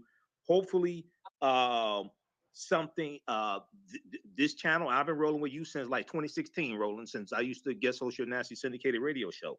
So hopefully something else will come along. Streaming is the future. Okay. And you know, lastly, Peacock losing $1.7 billion, man, I'm in the wrong business. I mean, you got $1.7 billion to lose. Yeah, and again, and keep in mind, Nexstar flipped WGN America to launch News Nation, a cable network, and they're losing millions as well, but they're publicly traded, and they can afford that. When you have a sole investor, you have to protect every single dollar. Let me go to Kelly. Kelly? First and foremost, thank you for this masterclass on, communication strategy and business management. I mean, it was phenomenal. And you were absolutely right in everything you said. But the moral of the story here really is to just minimize your expenses and maximize your revenue. And BNC did not do that very well, if at all. And this is what happens when you don't do that. You bite off more than you can chew, and you just you fail, in every sense of the word in this regard. Like they did have wonderful numbers when it came to the confirmation hearings this week. It's too late. But that's not enough to carry a news station. Yep. Like you said, like you need to really be cognizant of how you spend your money and stop comparing yourself to stations and networks that are decades in the making. Like CNN was not built in a day. Nope. CNN wasn't even built in 3 years. Nope. So you have to take that into consideration when you're building anything, let alone a network. They could have done so many other things that would have been far more impactful than what they did, and still would be here today had they done those things. They could have started off in YouTube. They could have started off in TikTok. They could have started not in the middle of a pandemic, And actually, you know what? No. See, here's where again, I totally hear what you just said. And again, to my next guest, seriously, I'm sorry, but I got to say this here. I'm just going to be perfectly honest with you. We were averaging around $25,000 a month on YouTube in 2020. And then, in 2019. 2020 hit January to April of 2020. We were averaging anywhere from 18,000 to 25,000. May hit, we hit 78,000. June hit, we hit 85,000. July hit, we hit 88,000. August hit, we hit 95,000. 90,000 in September, 90,000 in October, 95,000 in November, 103,000 in December. That was during COVID. I had cut my staff by 20%. I cut my salary by 75% on April 4th, 2020. I restored 10% of the staff salary in July. I restored the second 10% in August. During COVID, our numbers exploded. But again, and I did not lay off one person, but it was managing your expectations and managing your expenses that allowed me to restore everybody's salary 3 months later, and allow us to be able to thrive. And the success financially in 2020 paved the way for us to do $3 million in revenue in 2021. 2021, after the election, our numbers went down on YouTube, but our CPM went up because our time spent watching went up. So just so people understand. And again, we understand when I call it a deconstruction and masterclass.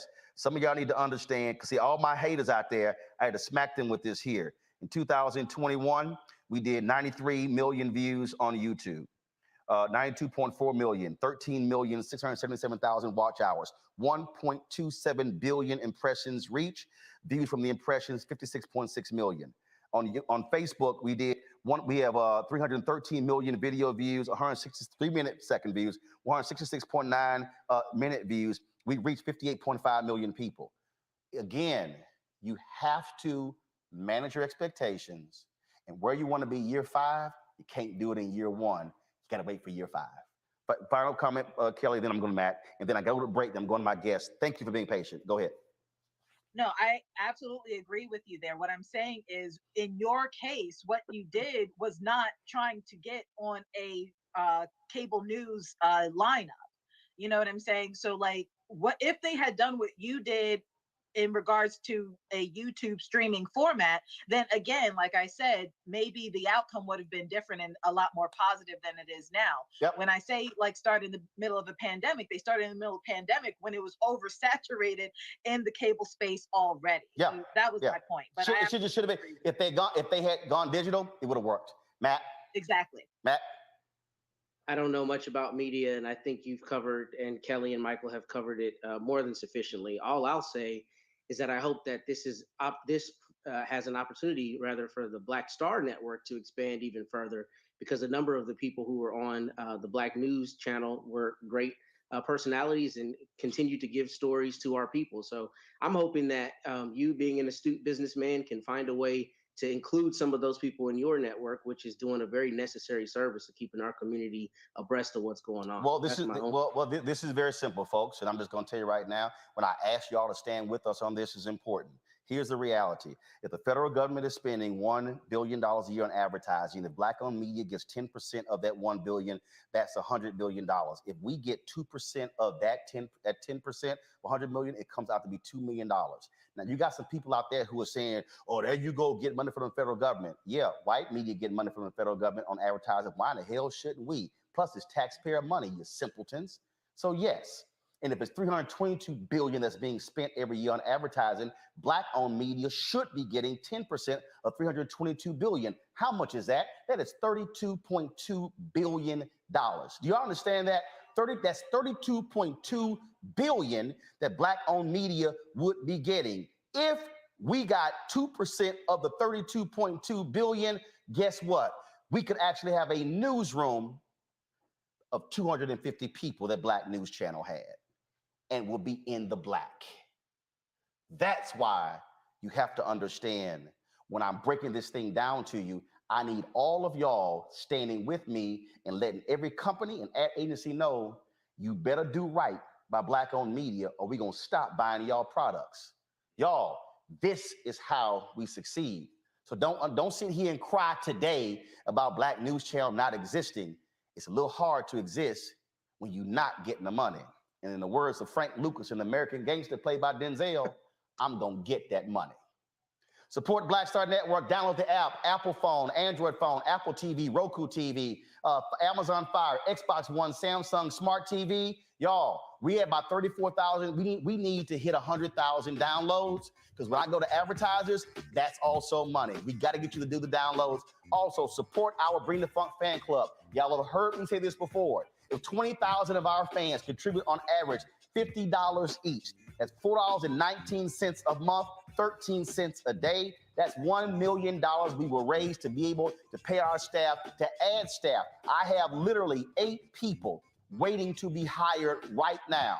We just launched 4 new shows in February on the Black Star Network. I got 4 new shows in development. I got to hire more staff. You want to send your check or money order, P.O. Box 57196, Washington, D.C., 20037. I ain't got a billionaire giving me $50 million, but I guarantee you, if I had that $50 million, oh, shit.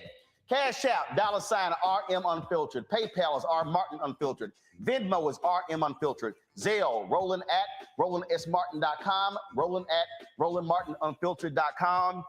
And just understand, I'm a 1987 graduate of Jack Yates High School, Madison School of Communications. This is what I went to school for. It's all I've done for 40 years. So don't act like I don't know what I'm talking about. Coming up, remember the story out of Orlando? Baby was injured when the father fired a warning shot when the cops bust in. They dropped the charges, but there's still some drama. We'll discuss that next, right here. Roland Martin Unfiltered, the Black Star Network, Black owned and in the black.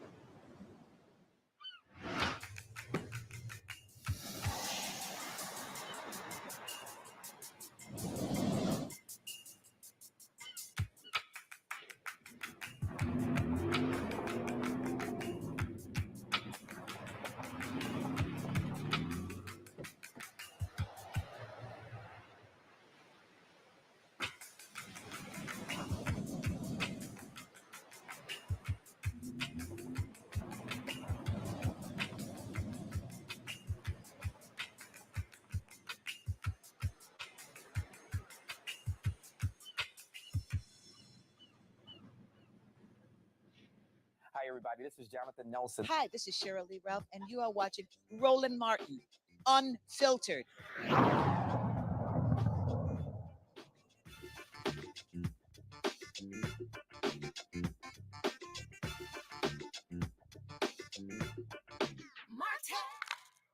Okay.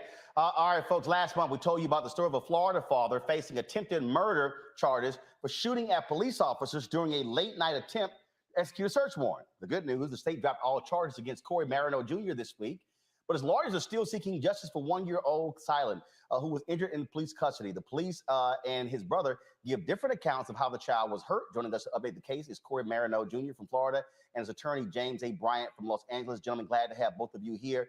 First and foremost, Corey, you got to feel good. They dropped the charges. Thank goodness. Yes, sir. Yes, sir. I mean, look, you're lawful gun owner. You're in your house. You don't know who the hell's busting in your doors.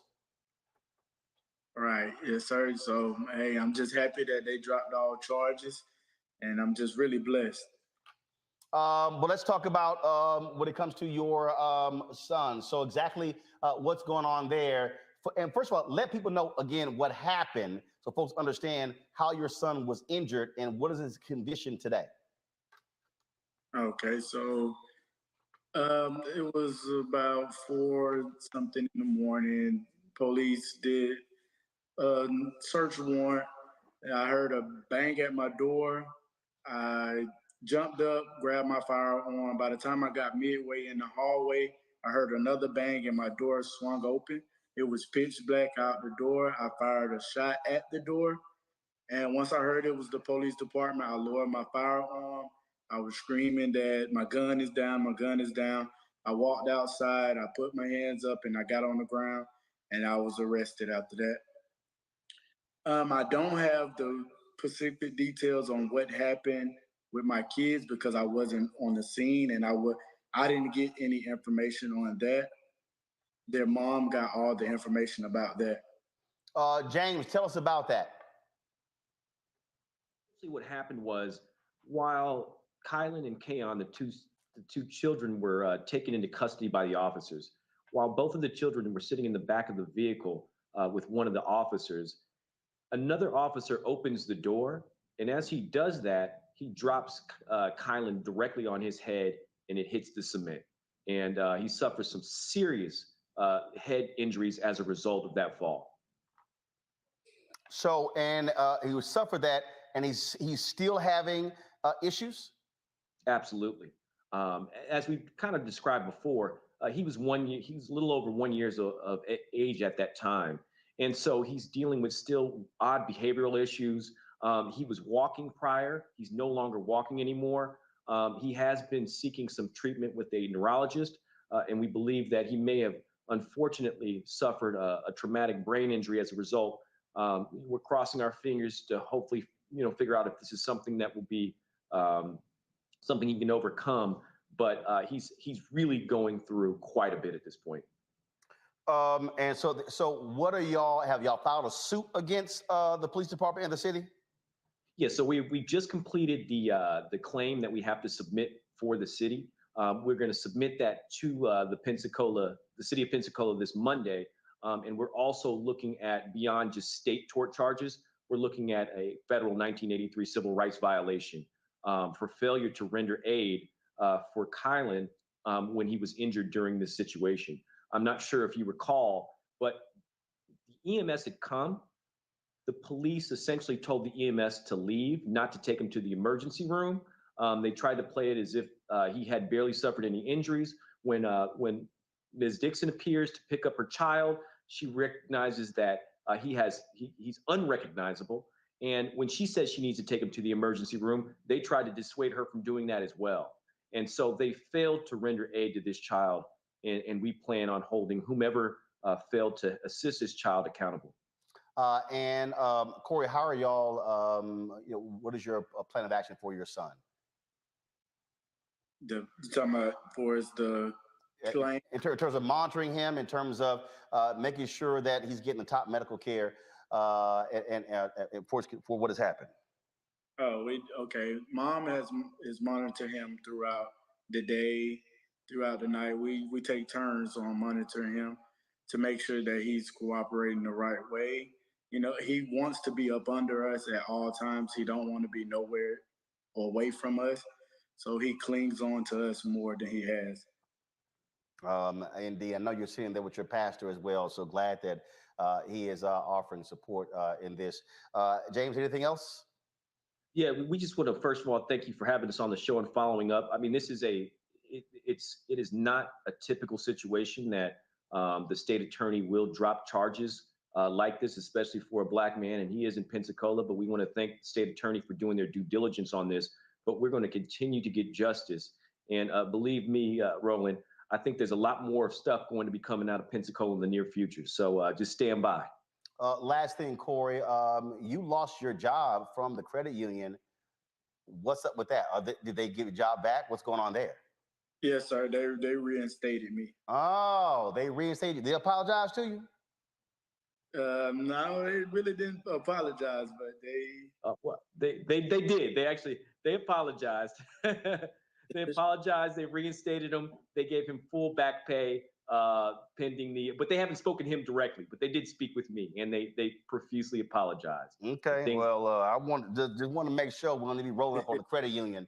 This guy, Navy Federal Credit Union did the right thing. And I appreciate them for taking care of this young man. They kept his benefits, and he's still there, brother. Very wise, because we will put the Mobile on the road. Gentlemen, I appreciate it. Thank you so very much. And we'll be praying for your son. All right, thank you. All right, folks, got to go to break. We come back. Education Matters segment, talking about educational inequities. You're watching Roland Martin Unfiltered right here on the Black Star Network. Now, did you ever want to do a soap opera? I did it before, Another World. I did it years ago with Joe Morgan Freeman, called Another World. It's the funk now, but that's how I started in TV. My first job. My very first TV job. Joe Morton and Morgan Freeman were on a soap opera? Together. Yes, wow. I know. Oh, I loved it. I played a prostitute. I was real raw. My name was Lily Mason. I was a hoe on Tuesday, and I owned the town 2 weeks later.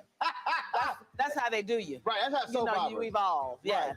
So now I'm on this, but I'm rich right from Jump Street. So I'm loving it.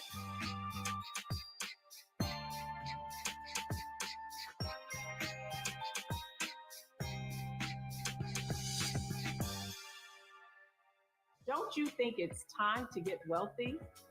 I'm Deborah Owens, America's Wealth Coach, and my new show on the Black Star Network focuses on the things your financial advisor or bank isn't telling you. So watch Get Wealthy on the Black Star Network. Black Star Network is here.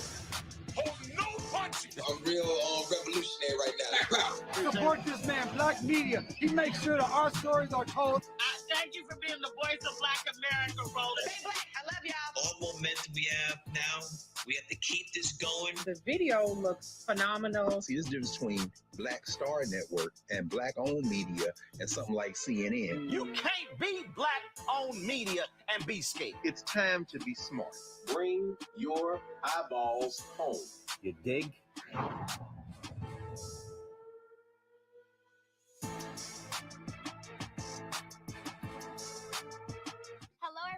It's Kiara Sheard. Hey, I'm Taj.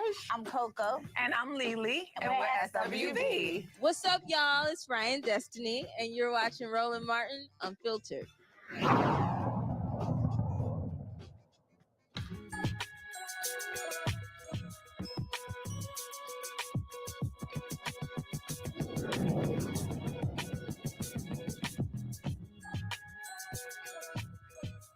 Black teachers account for less than 10% of the teaching workforce. Studies have shown that Black students excel and are more likely to graduate when educated by Black teachers. Joining us now in this School Choice is the Black Choice Education Matters segment is the Center for Black Educator Development. They are closing the educational inequity gap by training and recruiting diverse teachers. They also mentor youth and those interested and have a career in teaching. Sharif McKee? El Mekki. El Mekki, Sharif El Mekki, founder and chief executive officer of the Center for Black Educator Development, joins us from Philadelphia. So how are you doing it? And how are you targeting them? How are you training them to be successful? Yeah, we basically have a model for high school students, college youth to engage in activism. And we look at teaching as activism. We look at teaching Black children well as the purest form of activism. And we give them the opportunity to have a clinical experience teaching first, second, and third graders literacy, positive racial identity development, and being coached by our staff. Our high school students came up with a hashtag, We Need Black Teachers, as a campaign to let people know this is what they believe in, this is what they think. They see the connection between educational justice and racial justice, and they are looking to lead classrooms. And so we use the Freedom School model and provide opportunities for this clinical experience, as well as teacher academies within high schools so students can take an elective that teaches them about the Black pedagogical frameworks, Black historical lens, and the massive contributions of Black educators. And you said the Freedom School model. For folks who have no idea about that, explain that. So the Freedom School model, the Freedom School is based on the SNCC movement, Student Nonviolent Coordinating Committee. Charlie Cobb wrote a letter to the leadership of SNCC and said, hey, while we are getting parents and grandparents registered to vote, what about their children and grandchildren? He saw the racism that was inherent in these Mississippi schools. And as part of the Freedom Summer, they started Freedom Schools. Marion Wright Edelman and the Children's Defense Fund built on that model in the 90s, Philadelphia Freedom Schools. And we're using that same model, make it a teacher apprenticeship program where students, Black high school and college youth, participate in paid apprenticeships to teach and learn about teaching, to learn about the Black pedagogical framework and the Black historical lens. And we coach them, we mentor them. And last year we had 99 Black teacher apprentices across 14 states. We have an in-person as well as a virtual model, 14 states, 99 Black teacher apprentices. And as of 2019, we have 24 Black youth who've come through our program who are now within schools, working in schools as teacher residents or teachers of record. And so we are very proud about this Black teacher pipeline that we are building that is national. It is a model that is sustainable, highly effective, and predictable. How many have y'all placed? 24 so far. Got it. All right, let's go to our panel here. Let's start with Kelly. Hi, thank you for being here. I did not realize the disparity of Black teachers in classrooms until I talked to friends who were not from the DMV area. I was born and raised here I was born in Baltimore, raised in DC, so I grew up in DC, and I've had at least one Black teacher in every single grade level that I've ever had. And I did not realize the impact of that until I met people who did not have the impact of that. So could you explain to those of us who take Black teachers for granted exactly what it means to have a Black teacher in the classroom from the time you get into school at 3, 4, 5 years old to the time you get into college? Well, we know short term that Black students that have a Black teacher have a higher sense of belongingness, better grades, better attendance, better test scores. They see themselves within the curriculum. They're able to see the connection between real world applications and what's being taught. Dr. Constance Lindsay and her colleagues showed that long term, over 100,000 of students across multiple states, they saw that a Black student with a single Black teacher, it was up to 39% less likely to drop out and up to 29% more likely to go to college. So what we know, and what we've known for a long time, while we're talking about it more today, Caroline LeCount was demanding more Black educators in the 1800s here in Philadelphia. The 1967 Black student walkout in Philadelphia, where Frank Rizzo sicked his goons on these Black youth. One of their demands was more Black teachers because they knew about the positive racial identity development, the understanding and seeing themselves within the curriculum was absolutely critical for their success. They saw Black teachers have higher expectations as well as higher support, and they see this as a community. They see themselves within these students, and they know the difference between the job and the actual work. Many educator prep programs prepare people to work in the systems. Often Black teachers know how to work in communities, and that is a very big difference in mindset. Michael. All right, Brother Sharif, thanks for coming on today, sharing this information with us. With your teacher apprenticeships, is it one training, one type of course for all different subjects that teachers may teach, or is it tailored to specific subjects they may teach? Can you explain that some? Absolutely. So we landed on Black literacy. We landed on what could a ninth grader in high school teach a first grader? Do you teach ST before TH? Do you teach RH before, LE? Like we really used the research, Dr. Nell Duke, as well as others, Dr. Tatum. What could high school and college Black apprentices learn about literacy and then teach to first, second, and third graders? Avoiding the summer slide, understanding literacy is the foundation for any subject they may teach in the future. Right. But then also the positive racial identity development. What is it that ensures that these Black children, as well as the Black youth who are serving as apprentices, understand about the legacy, about their impact, about their contributions? Many educators who are trained to work with our children through traditional models learn about white educational theorists and white behavior theorists.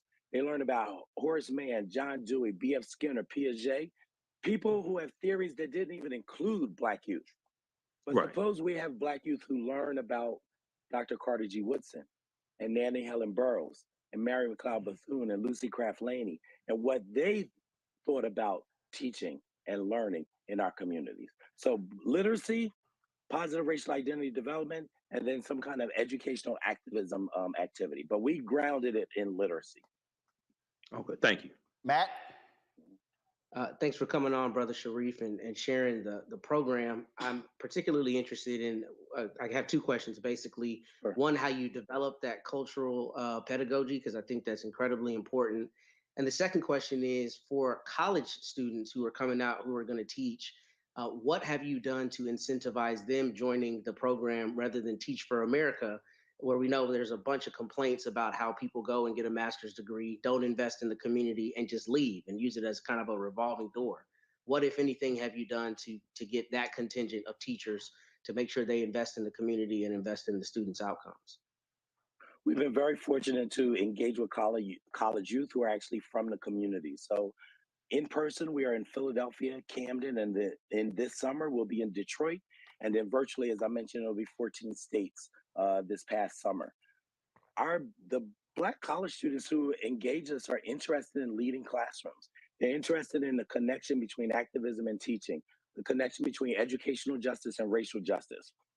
Some of them said, like, you know what, I had a negative experience in school. And we say, consider becoming the teacher that you wish you had and knew you needed. Consider becoming the vanguards, leading a classroom to support your younger brother, younger sister, your younger community member. And these, you know what, brother, it's been absolutely amazing to see the activism. But the activism in youth is not new, right? We knew the SNCC, Black Panther Party, and so many other movements were grounded in the youth. And we're just tapping into that activism, that sense of justice, and tying it into the purest form of activism, which is teaching Black children well. So that opportunity that our students have been involved in has been really profound. We have 4 young men, for example, that are our inaugural Black Teacher Pipeline Fellows. This is a partnership with the United Negro College Fund. These young men have gone through our program. They're in college now at Morehouse, Westchester, College of Worcester, Howard University. And they've saying, I'm coming back to Philadelphia to teach, to lead classrooms. And in partnership with UNCF, we're providing them with last dollar scholarships, as well as retention stipends once they start teaching for their first 4 years of teaching. But what we're doing is building a community. And these students are from these communities, and what they're vowing is to return, give back, and lead. And as Mary Church Terrell used to say, educators lift as they climb, and that's what these college youth are intent on doing. All right, Sharif, we appreciate it. If folks want to get more information, where do they go? www.thecenterblacked.org. And we're on all the social media platforms. #WeNeedBlackTeachers. All right, then. And we do need Black teachers. We appreciate it. Thank you so very much. All right, folks. That is it for us, folks. Let me thank Kelly, Matt, and Michael for joining us on this Friday. I also want to thank the folks who have been sending me. They've been sending me.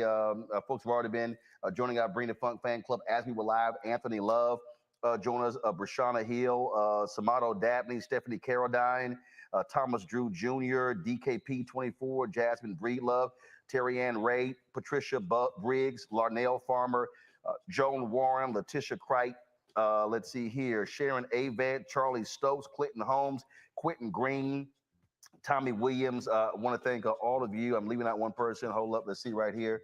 On Zelle, Etha or Etha Dawson, and also Adrian Hood. Thank you so very much. As well, folks. Please, we want you to support. Oh, I'll lift up one. Let's see here. Gordon Lucas and Ingrid Montgomery just came in, and then Venmo Renee Sumby. So, folks, I appreciate it. Again, when y'all support what we do, it makes it possible for us to do what we do. If y'all go to the YouTube channel or go to Black Star Network, y'all see this facility. I'm transparent. This is $15,500 a month, this location right here. That's what this costs. Okay? I was just checking our P&L statement for February. Our monthly expenses, listen to me carefully, our monthly expenses for Roland Martin Unfiltered is $96,000 a month. $96,000 a month. So when I say your support is huge, when I just sat there yesterday and had to open 60 envelopes, and it was about a total of $10,000 in money orders and checks, trust me, that's huge for us. It pays staff, it pays light bill, it pays gas, it pays all the different things. And so when you support us, trust me, it matters. Again, 2020, man, y'all came strong. $672,000 y'all gave in 2020. Y'all came stronger in 2021 with $827,000. We are hoping we can hit our goal of $1 million from our fan base in 2022. Cash App is $RM Unfiltered. PayPal is R Martin Unfiltered. Venmo is RM Unfiltered. Zelle is Roland@RolandSMartin.com. Roland@RolandMartinUnfiltered.com. Of course, the P.O. Box for a check or money order is P.O. Box 57196, Washington, D.C. 20037. And I'm telling y'all, I need y'all to understand, I am working hard to go working with Congressman Hank Johnson to go after this federal advertising money. I'm not apologizing to anybody. All you fake new so-called black media people want to run y'all mouth, talk about, oh, they getting government money. Guess what? That's our money, taxpayer money. So first of all, I'm trying to figure out how in the hell y'all sitting there hollering about reparations, but then you're going to get mad with somebody black trying to actually get advertising money from the federal government. Where in the hell your reparations going to come from? See how dumb some folks don't even think? So when we're fighting for black-owned companies to get federal contracts, that's taxpayer dollar. Billions of dollars. Do y'all understand the federal government is going to spend $660 billion on infrastructure as a result of the infrastructure bill that was passed? Why in the hell shouldn't black-owned companies get a portion of that $660 billion? Some of y'all are stuck on stupid when it comes to understanding the business. That's why I don't even listen to some of y'all when y'all run y'all mouth. But I'm telling y'all right now, you need to understand what we're trying to do, what we're trying to build, how we're trying to go, and those dollars are important. So when we call companies out, we need y'all to stand with us because we got to be able to build and grow this thing in a serious and unique way. Folks, I appreciate it. We scroll all those people who have already given.